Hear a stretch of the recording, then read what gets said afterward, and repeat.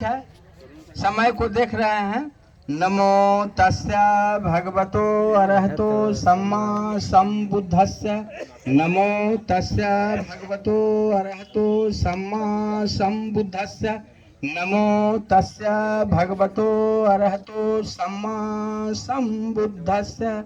हम पूरे भिक्षु संघ को, उपासक संघ को, हम सबको नमन करते हैं, इसलिए कि इतना दूर से चलकर आए हैं, अपना समय दिए हैं। तो बहुत गहरा विषय है और बहुत गहरा बात है। समस्या है वो हम बोलेंगे, ज्यादा तो कुछ बोलेंगे नहीं। देखिए, समस्या है कि बाहर से जो भी प्रसादी उरसादी चढ़ता है, हमारे बौद्ध भिक्षु को नहीं मिलता है, जबकि बौद्ध भिक्षु को लिए ही मिलना चाहिए। ये समस्या है। दूसरा समस्या है कि पूरे देश से लोग आते हैं और विदेश से भी लोग आते हैं और बोध गया दर्शन करना चाहते हैं भगवान बुद्ध को। उनके साथ कुछ नहीं तो एक मोबाइल रहता है और वो मोबाइल रखने के लिए घंटों परेशान होते हैं, जी हुजूरी लगाते हैं बीटीएमसी का स्टाफ से। तो ये बेचारे को नहीं मोबाइल रखाता है तो लास्ट में वो चले जाते हैं। होता है क्या, उनको विश्वास कम होता है कि भाई रखें, अब कहीं गड़बड़ा जाए तो क्या करेंगे। तो 50% से ऊपर जनसंख्या बोध गया टेम्पल को दर्शन नहीं करती है, खाली आती है, गेट से घूम के चल जाती है। और 50% बहुत कष्ट के बाद बेचारा मोबाइल जमा करता है, तब वो मिलता है। सवाल है इसमें कि अगर बोध गया मंदिर के अंदर मोबाइल सबको जाना चाहिए, इसलिए कि जब एक छोटा स्टाफ है, चपरासी है और कोई भी स्टाफ है, जब उन लोग मोबाइल ले जाते हैं तो बाहर से जो भी आ रहा है वो बेचारा मोबाइल क्यों नहीं ले जाएगा। तो ये तो बुद्ध को कम दिखाने के ख्याल से मोबाइल रोका गया है, हम यही समझते हैं।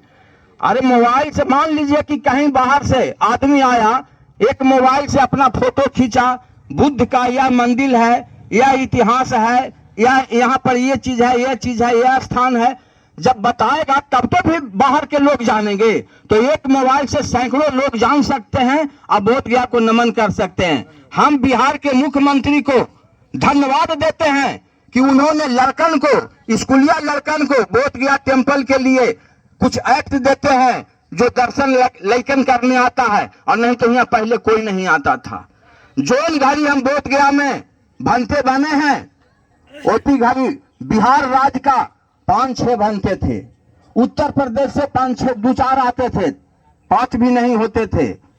पहले 2-3 आए, 2-3 साल के बाद फिर 5 आए, फिर 7 आए। इस तरह से मैं देखा हूं।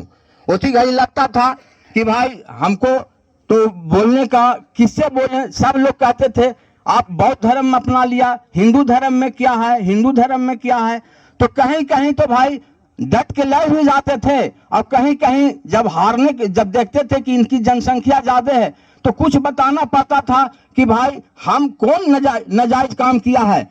भगवान बुद्ध तो विष्णु के अवतार थे, ये कह करके हम निकलते थे। लेकिन आज यह कहने के लिए मैं तैयार न हूं, इसलिए कि मेरा समाज अब जाग चुका। हम अकेले नहीं हैं, हम पूरे समाज के साथ हैं, उपासक के साथ हैं, उपासिका के साथ हैं। और बोध गया कि जितने भी लोकल गांव हैं ये सब जानते हैं कि बुद्ध से ही हम जी रहे हैं।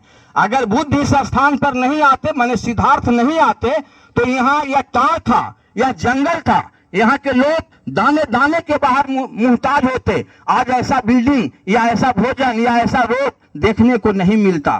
तो यह हमारा भगवान बुद्ध का यह देन है कि यहाँ के लोग खुशहाल हैं और अब जानना शुरू हो गए हैं कि हमारे बुद्ध हमारे गार्जियन थे हमारे। हाँ, तो अब ज्यादा कुछ नहीं बोलना है।